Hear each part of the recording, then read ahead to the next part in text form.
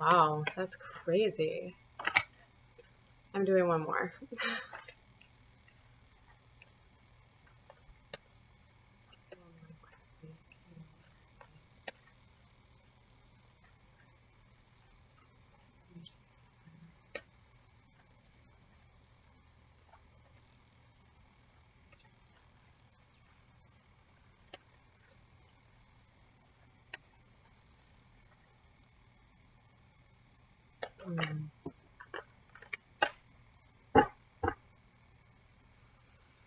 Hi everyone. Goddess of Radical Self-Love from Mecca. Make everyone count always. We are a support network for radical self-love and self-care with focused attention on our most vulnerable population, care receivers, and those who care for them, caregivers. When our most vulnerable population feel valued and supported, we all can rest assured we feel valued and supported as well. Yes, today is it's Self-Transcendence Thursday. Oh my gosh, I'm so funny. Yes, I know. Yay! Funny jokes. So, I already pulled our angel card from Debbie Malone. And after a long time of shuffling, again, we got the same card as yesterday, Angel of Challenges. Sorry, I know it's hard for you guys to see. Yeah, that's kind of better.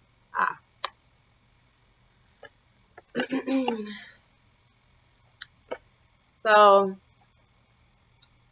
yes, the challenges that we have faced throughout our lives have molded us into incredible beings, yes, warrior beings of wisdom and knowledge, right?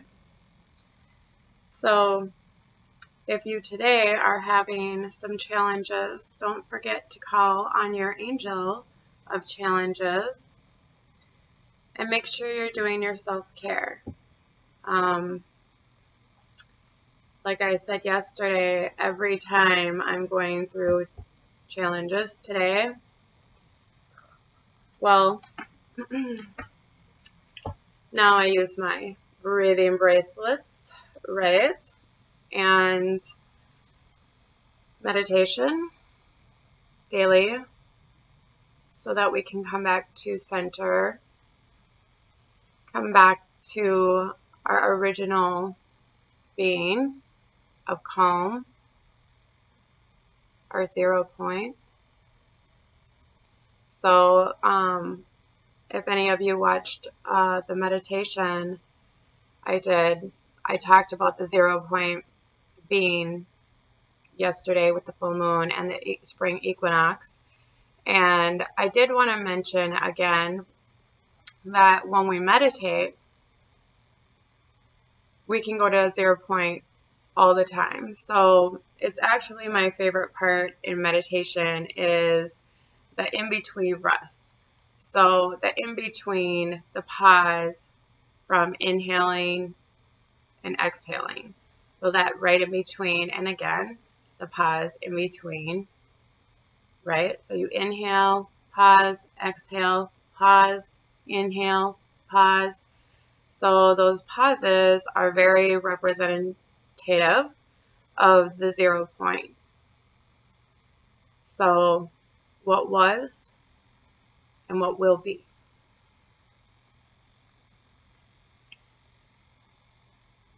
It's my favorite part. So I pulled another card, though, the Angel of Comfort. I think it's pretty awesome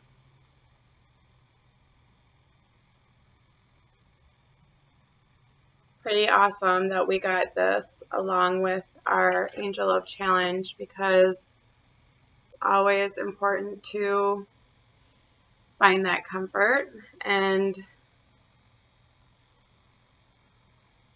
know that you are always safe and protected and loved.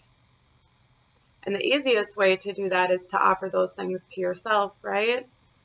Your radical self-love, so that it again can pour out of you instead of you needing the codependency nature of having it come in. However, it is always nice to have the icing on the cake, right? You're the cake, and all your friends and family or community together is the icing. Yes, their love is, right? We're all together, the entire cake. You're a slice of the cake. Your individual relationships are the icing on the cake. Yeah. I know I have weird metaphors, but whatever. You guys know what I'm talking about. So, thank you all who have liked, commented, and shared our videos to reach others who need to find radical self-love in their lives or become a self-care expert, master manifester, and sharing with our caregivers and care receivers so they know that they do have a community who supports and values them. Yes. I don't know what's going on with my eye hair. I'm like doing this right now. I'm sorry. Yeah, there's my eyeball. I am so stupid. Sorry. Yeah. Okay. So our angel of comfort. I accept the comfort. Ready to receive, right? Open your sails to receiving. I accept the comfort and support that my angel shares with me from above. You have received this card because your angel of comfort acknowledges that you are experiencing a challenging time. To go with our angel of challenge.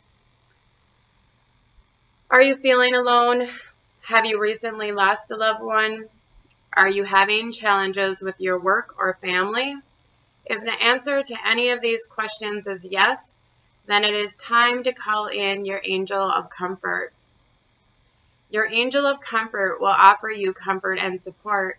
Don't feel that any challenge or issue you are worrying about is too small for his assistance. I really don't like that this book uses a lot of he's. I'm sorry. Like it should just be he or she. Anyway. Could just say angel. Anyway, let's go back. All you need to focus on is that he is by your side at your times of need. Your angel of comfort wants to offer you a shoulder to cry on, a strong hand to hold, and an ear to listen to your worries and fears. And so do I. I can be your angel of comfort if you want. He will offer you strength, comfort, and guidance to help you understand that in time you will heal. Your angel of comfort may even guide an earth angel into your life in your times of need. I love my earth angels. The earth angel could come in the form of a like-minded friend, a family member, or work colleague who has experienced similar challenges in their life as you're currently experiencing. Sometimes getting back into your comfort zone can be as simple as sharing your experiences with another. Through talking about your issues with your angel of comfort or the earth angel he sends to you, it may give you fresh insight. Your angel of comfort will help you to return to your natural state of well-being. He will show you ways to help you release any of your past fears so that you will no longer return to your past state of discomfort. All you need to do is to trust and have faith that your angel of comfort has that knowledge that is required to assist you. Leave the why, when, and how up to him, and he will take care of the rest. Affirmation for today. I am in safe hands. My angel of comfort is healing me in my time of need. Yes. So beautiful. Thank you. Right? We must thank them all the time. Complete gratitude for their assistance and support of us. They're always around you, whispering in your ear. So, well, if any of you watched the video from yesterday, I talked about some of the painful life instances, and I did want to talk about a bit about how every single one of us can change from our experiences, whether it be the abuser or the victim. We all are in this together. And there really is no sides. We're all one. So, transforming and ascending as a unit means, well, helping even the ones that might scare us the most. Supporting them to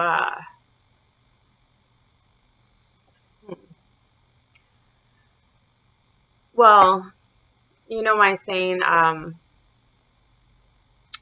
our skin suits. So we're human beings. There's someone being the human. We're all in these skin suits, and one day we're gonna unzip, go and hang it up in the closet, peel off the mask, go and put it on the coat hanger, pull out that heart, hang it on our little chain, whatever, Our past, that life, and when we hang it up in the closet, we're going to realize how many other us we had, right? How many other ones we experienced. They're all going to be in that line. The thing is, even today, right now, we're still wearing over our skin suits multiple layers, coats of protection that we have been putting on, well, since we were tiny children. Safety and security measures for our heart and our mind. And a lot of it was programming from society in general, media, our parents, our families, our educators, books we read, things we listened to, So it's all around our experiences, because we're, in survival mode no matter what, because our species wants to exist. However, as we're transitioning up, self-transcendence, going up the Mecca Maslow manifestation map or care plan that is on our Patreon.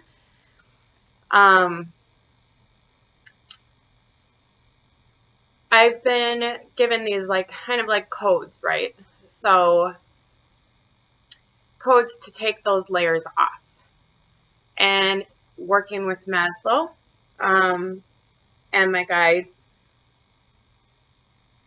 we've worked out a plan, I as the conduit, obviously, to remove a lot of those layers in order to ascend up the physiological needs, safety and security, community and family, the ego level, right? Self-actualization, communication, all these things, right? Up into self-transcendence. I guess I got those backwards, but whatever. Um, so I shouldn't say, I mean, a higher ego, the heart, like there's a lower ego and higher ego and whatever. So in order to get through, we don't have to have them all the grid squares. It's again like Tetris, so they all fall into place as we get one checked off. And it's not really that difficult. It's just your likes, your dislikes, and your strengths and your challenges. And you grade yourself.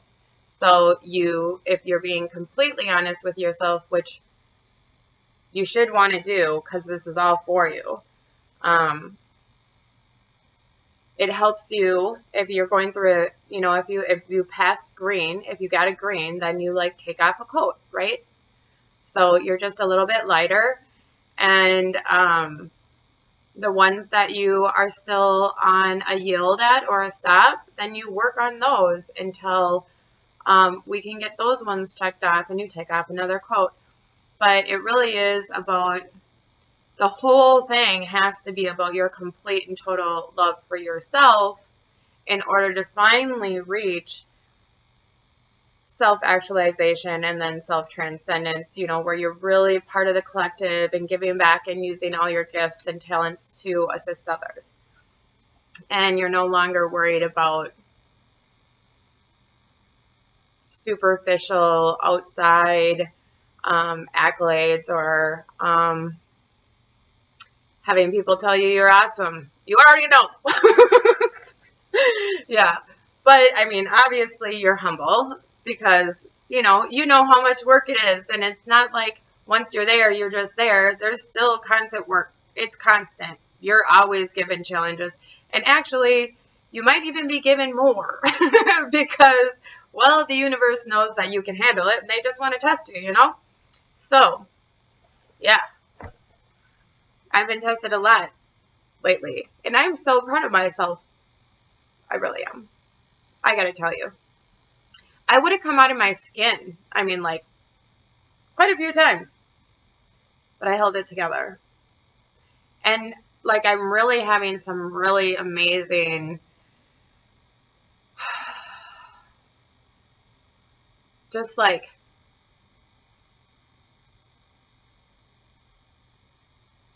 I don't even know how to say it, just these times of complete awareness of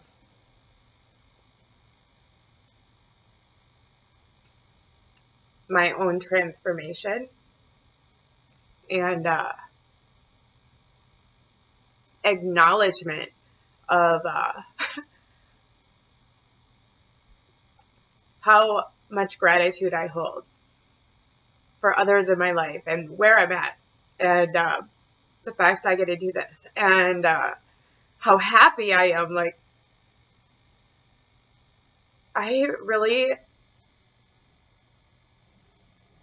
I can't believe I'm so happy. I mean, I'm the goddess of radical self-love, but that doesn't mean you're happy all the time. But I mean, I'm so, it's everything is so perfect without it having to be anything that I ever thought it had to be before. There is no, I need this. Now I want to get away. I want to not get away. I want to start cleaning out and get rid of stuff, even more. I mean, I had to get rid of a lot in order to make these transitions. So this huge transition. So get rid of walk and roll away Wednesday was walk and roll away Wednesday every day. And lots of people I loved and, my entire life, I do miss my clothes sometimes in my car, but it's almost funny because I realize why I had a shopping addiction. I was not happy, right? And now instead of shopping, I really am more designing, really picking out things that I'd want to make and creating all the time. So it's, and really appreciating other people's conscious creations, like my earrings, right? Yes, I think these are from Butterfly Effect, I believe it's called. I'll look for sure and put it in the description. When I went to the March 4th concert last Freaky Friday, right? I'm really appreciating like so much more than I ever had in my entire life what each one of us brings to the plate. And you know what? It's even the abusers. And I know that's crazy to say, but it's almost like we all have our role in some weird way, and like they're coats, right? So we all put on these coats, and after a while we start to believe these coats are who we really are. And whether it's somebody being the hero or somebody being the abuser, right? They're just playing a part. But we can all take off the coats, and we can all get back to the point where the light shines out and be our true divine self. So be very careful about judging others. Remember, like, there are legitimate coats that people never even chose to put on, that they were born into. Psychological coats, physical coats.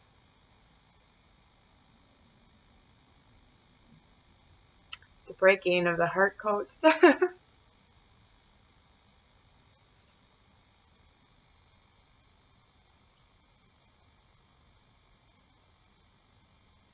Yeah. Self-transcendence is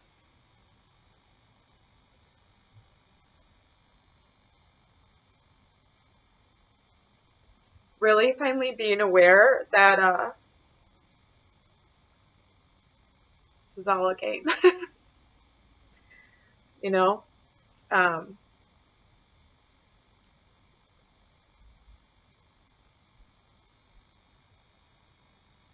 It's like a great big experiment.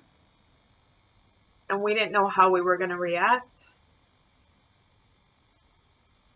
But if you have the ability, which I believe everyone has the ability, if we can make some allowances, right? For some, well, I do have some pretty cool shit that I've designed with them to help. So,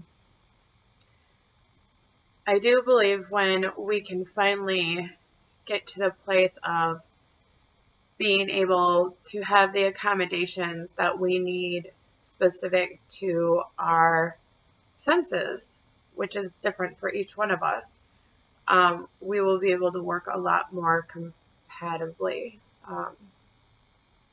with everyone. Yeah. So, I'm going to read a little bit from my lover, Maslow. So, I have to forewarn you, I just read a tiny bit. I've already read this, but, I mean, like, the book, but, I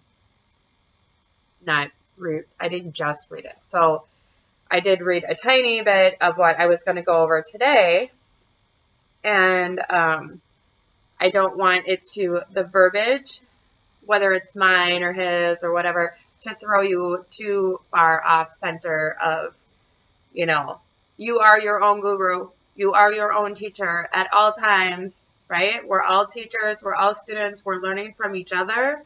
But I'm not trying to tell you who you are supposed to be and how you're supposed to get there or any of that stuff. Although, if you want, there is a plan available, right? So, yes. So, this is Toward a Psychology of Being from my boyfriend, Abraham Maslow. Yes. So, We're just going off from where we left off last Thursday. Observe that if these assumptions are proven true, they promise a scientific ethics, a natural value system, a court of ultimate appeal for the determination of good and bad, of right and wrong. The more we learn about man's natural tendencies, the easier it will be to tell him how to be good. And this is kind of where I'm talking about, right? Like, not trying to tell you what to do, as I would try to say to my 17-year-old. Okay, the easier it will be to tell him how to be good, how to be happy, how to be fruitful, how to respect himself, how to love, how to fulfill his highest potentialities. This amounts to automatic solution of many of the personality problems of the future, right? Because if we know what to expect, because we've already decided your likes, your dislikes, your strengths, and your challenges, we can help predict a better future, right? The thing to do seems to be to find out what you really like inside, deep down, as a member of the human species and as a particular individual. So when we get through those lower needs, then we reach the social needs, right? And like self-actualization needs and things like that. So when we finally get to more of like the creative part, which you can be doing right now, I hope you are. We all are creators, but it's about being a conscious creator that really brings in that full-fledged joy, right? And being able to share it with others. But even if you do it alone in secret, it still helps. Yeah. So the study of such healthy people can teach us much about our own mistakes, our shortcomings, the proper directions in which to grow. And healthy people meaning self-actualized, who have gone through that grid. He didn't make up the grid, but he did in some ways. So he understood it in the way I do. I just was able to dissect it and put it in order in a way that will help us. So, every age but ours has had its model, its ideal. All of these have been given up by our culture. The saint, the hero, the gentleman, the knight, the mystic. About all we have left is the well-adjusted man without problems. A very pale and doubtful substitute. Perhaps we shall soon be able to use as our guide and model the fully growing and self-fulfilling human being, the one in whom all his potentialities are coming to full development, the one whose inner nature expresses itself freely, rather than being warped, suppressed, or denied.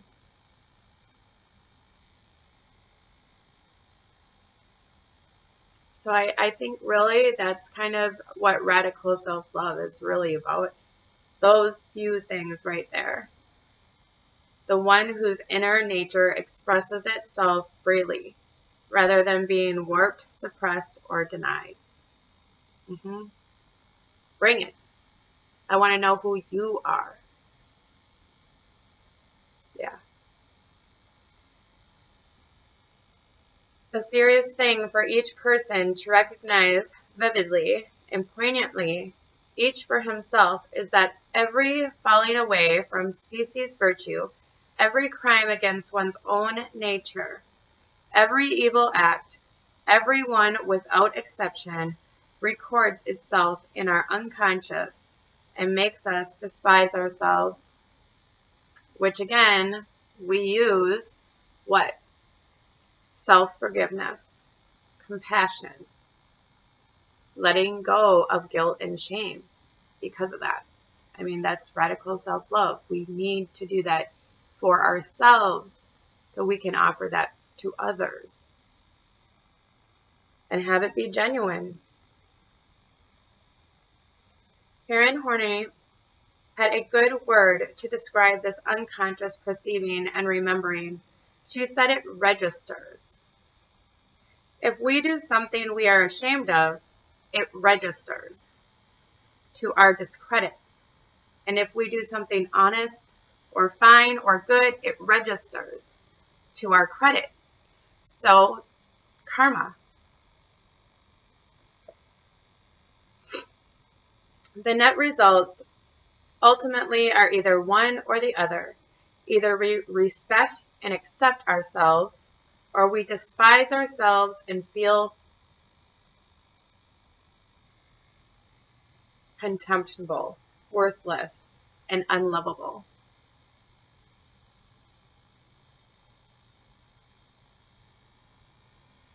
And sometimes we take on others'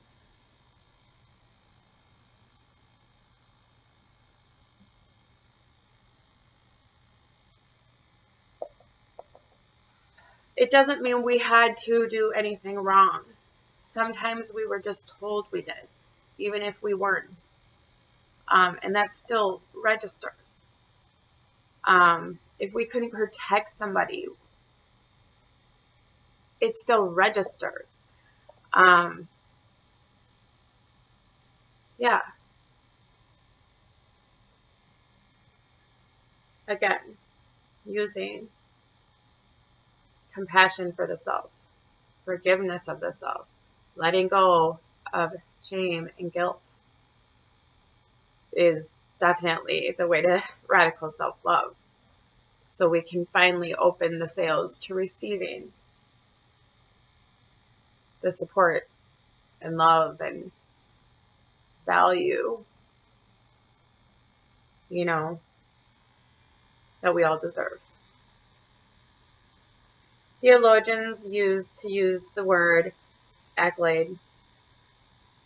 No, I don't know why I just said that. It's, I'm sorry. It's ACCIDI. ACCIDIE.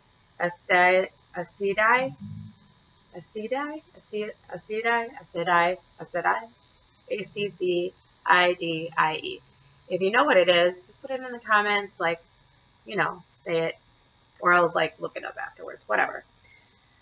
To describe the sin of failing to do with one's life all that one knows one could do. I just want to see how long. If you're still with me, thank you. I love you too. Mwah. This point of view in no way denies the usual Freudian picture, but it does add to it and supplement it.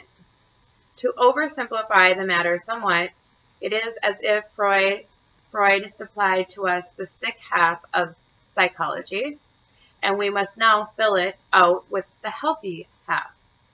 Perhaps this healthy psychology will give us more possibility for controlling and improving our lives and for making ourselves better people.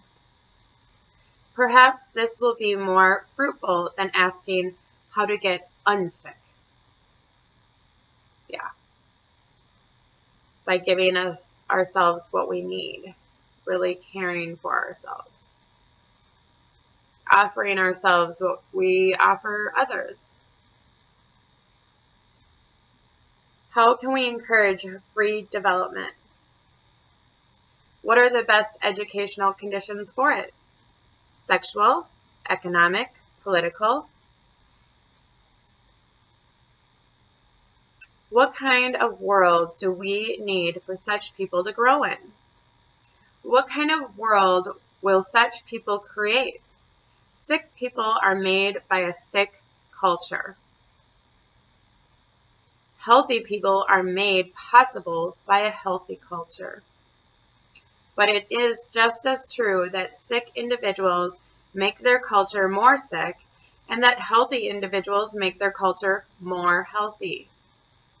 Improving individual health is one approach to making a better world. To express it in another way, encouragement of personal growth is a real possibility.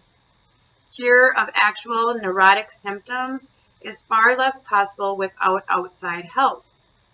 It is relatively easy to try deliberately to make oneself a more honest man. It is very difficult to try to cure one's own compulsions or obsessions. The classical approach to personality problems considers them to be problems in an undesirable sense: struggle, conflict, guilt, bad conscience, anxiety, depression, frustration, tension, shame, self-punishment, feeling of impurity or unworthiness. They all cause psychic pain. They disturb efficiency of performance, and they are uncontrollable. They are therefore automatically regarded as sick and undesirable, and they get cured away as soon as possible. But all of these symptoms are found also in healthy people, or in people who are growing towards health. Supposing you should feel guilty and don't. Supposing you have attained a nice stabilization of forces and you are adjusted. Perhaps adjustment and stabilization, while good because it cuts your pain, is also bad because development toward a higher ideal ceases. Erich Fromm, in a very important book, attached the classical Freudian notion of a superego because this concept was entirely authoritarian and relativistic. That is to say, your superego or your conscience was supposed by Freud to be primarily the internalization of the wishes, demands, and ideals of the father and mother, whoever they happen to be. But supposing they are criminals, then what kind of conscience do you have? Or supposing you have a rigid, moralizing father who hates fun, or a psychopath. This conscience exists. Freud was right. We do get our ideals largely from such early figures and not from Sunday school books read later in life. But there is also another element in conscience, or if you like, another kind of conscience, which is we all have either weakly or strongly. And this is the intrinsic conscience. This is based upon the unconscious and pre-conscious perception of our own nature, of our own destiny, of our own capacities, of our own call in life. It insists that we be true to our inner nature and that we do not deny it out of weakness or for advantage or for any other reason. He who believes his talent, the born painter who sells stockings instead, the intelligent man who lives a stupid life, the man who sees the truth and keeps his mouth shut, the coward who gives up his manliness. All of these people perceive in a deep way that they have done wrong to themselves and despise themselves for it. Out of this self-punishment may come only neurosis. But there may equally well come renewed courage, righteous indignation, increased self-respect, because thereafter doing the right thing, in a word, growth and improvement, can come through pain and conflict. I'm leaving it there for now. Yeah. So, I know he's brilliant, right? I just love him so much.